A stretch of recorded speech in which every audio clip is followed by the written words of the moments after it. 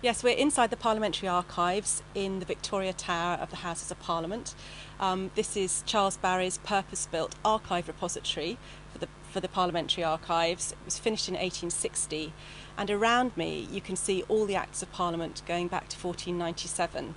They're written on parchment, in parchment scrolls, and they're just the most amazing survival inside the heart of our democracy.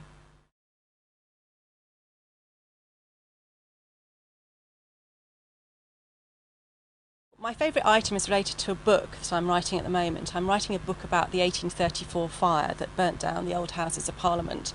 And my favourite record comes out of that fire. It's a letter written by Frances Rickman, who's the daughter of the clerk assistant in the House of Commons, and the family lived on site in the old palace.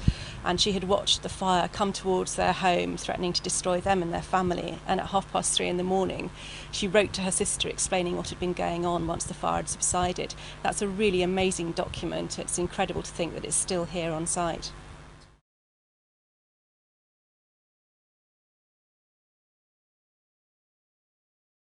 Yes, I think the item in the collection that sums up Parliament Week for me is the Secret Ballot Act.